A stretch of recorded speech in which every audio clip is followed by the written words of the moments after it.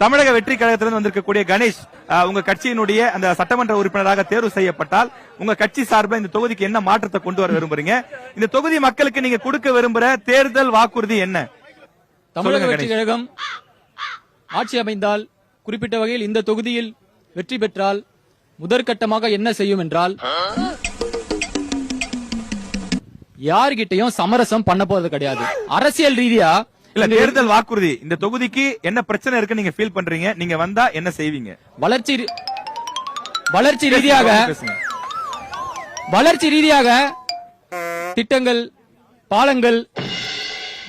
டேய், சுகர் பேஷண்டா நானு. 3 மணி நேரத்துல டேப்லெட் போட்டேன், 1/2 மணி நேரத்துல சாப்பிடுறேன் நானு. எனவே கணேஷ், நீங்க எல்லா பிரச்சனைக்கும் வாக்குறுதி, உங்களோட வாக்குறுதி என்ன? எங்கள் வாக்குறுதி என்னவென்றால்,